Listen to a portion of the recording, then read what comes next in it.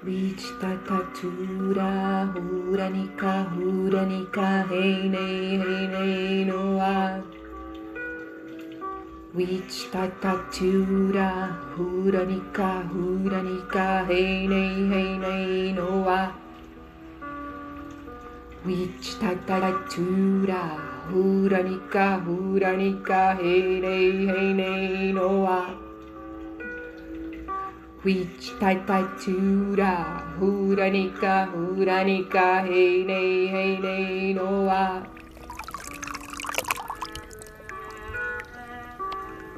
Who am I?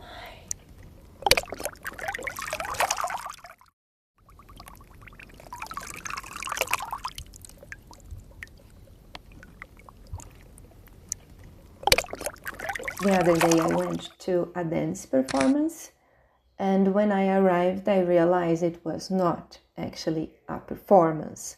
It was a round table conversation with all the artists, dramaturgists, choreographers and others involved in the creation of the piece that is still in gestation and would be launched in March.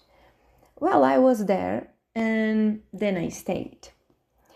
And at the beginning of the conversations, upon arriving, I realized that I might not understand what was being said.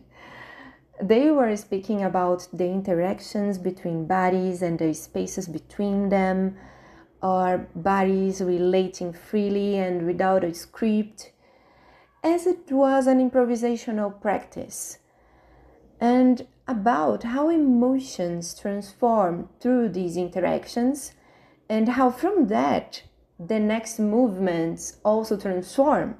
So there was like a collective awareness that seemed to produce a pattern.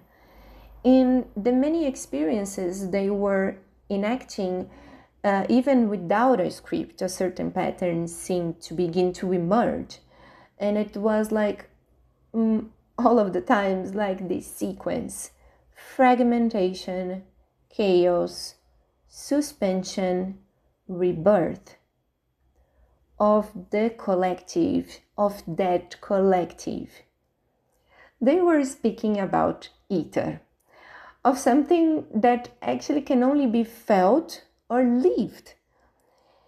And what I was really surprised is that I understood what was being spoken about through sensations, even without seeing, participating in, or having any information about the narrative of the piece.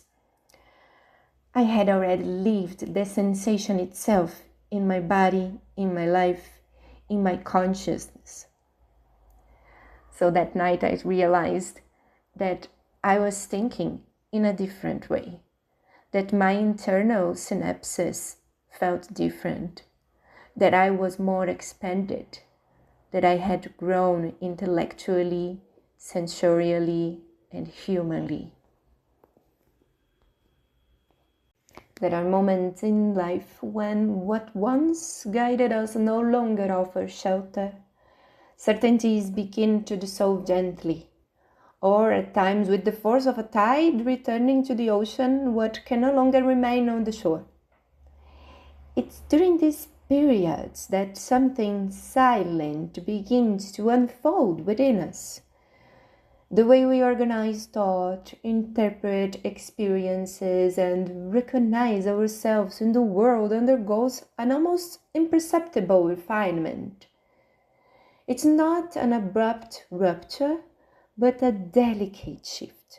The mind begins to perceive that life does not reveal itself only in straight lines, but in circular movements, in returns that are never exactly the same, in spirals that expand the field of feeling and understanding.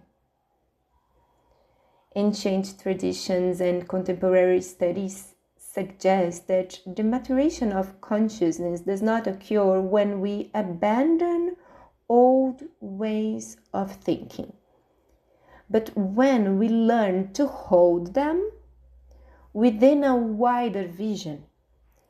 So reason does not disappear. It bows before mystery.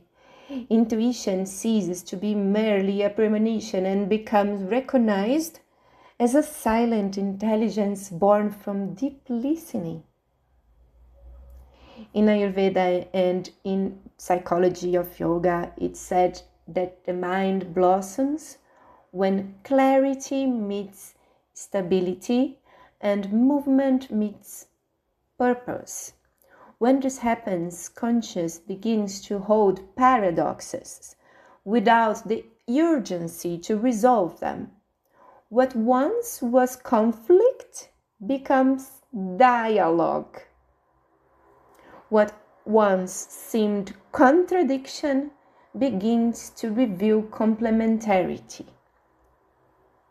Often, it is life's crossings that lead us into this territory: losses, rebirths, unexpected encounters, spiritual immersions, encounters with Schumacher College, moments when that we once knew is no longer sufficient to sustain who we are becoming.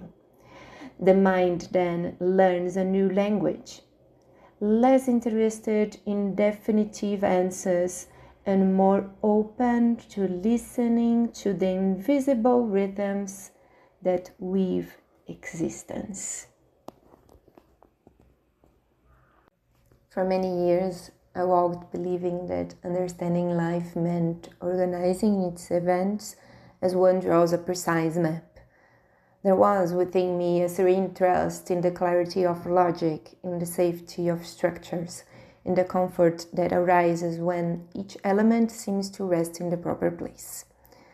I moved through experiences as someone walking along a trail with a defined direction, where each step would naturally lead to the next. When faced with choices and dilemmas, I turned to reason as my most faithful compass. It was there that I found steadiness, coherence, and guiding. But life, in its silent wisdom, began calling me toward landscapes where maps could no longer reach. Today, I feel that my mind breathes in a different rhythm. It moves like someone walking through a spiral garden, returning to the same things while discovering new layers of meaning within them. I go far to the future, use imagination to draw possibilities, and then, in the next second, I'm honestly watching to the present moment, allowing things, energies, reactions to emerge, and acting precisely with whatever I have as resources to be and feel as I would be and feel in the future. I have learned to rest inside questions without rushing to close them. I have learned to allow seemingly opposing ideas to approach one another, not as rivals, but as voices that together reveal unexpected harmonies. I have become more curious, more comfortable asking questions. It feels as though my instinct to live, to explore the world and to learn has expanded.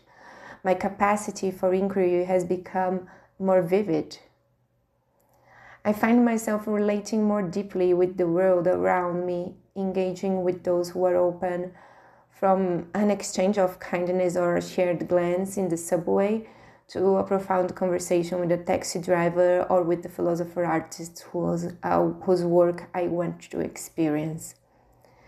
My sensitivity to perceive who is available and open to connections has become more refined. Learning to think more expansively came intertwined with learning to feel more deeply.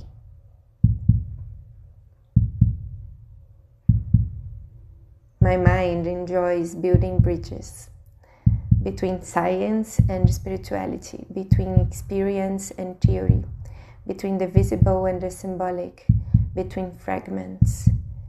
It's within this territory of encounter, this in-between space, that I sense my truest way of understanding and creating being born. Perhaps one of the greatest learnings has been recognizing the inner timing of things. Not everything needs to be understood at the moment it happens. Some truths mature in silence, in the repetition of cycles, in the patience of one who watches a seed move through darkness before reaching the light. I realize that the more I allow the process to flow, the more I understand that faith does not dwell only in the answers we find, but in a silent courage to remain open to what we still do not know how to name.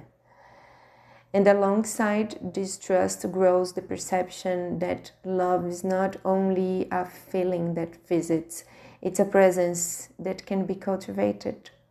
Today I feel that cultivating faith and love is not a distant destination, but a daily gesture, a gesture of openness to life as it arrives, of embracing our own imperfections, and of recognizing the beauty that exists in the simple fact that we are all learning to be human together.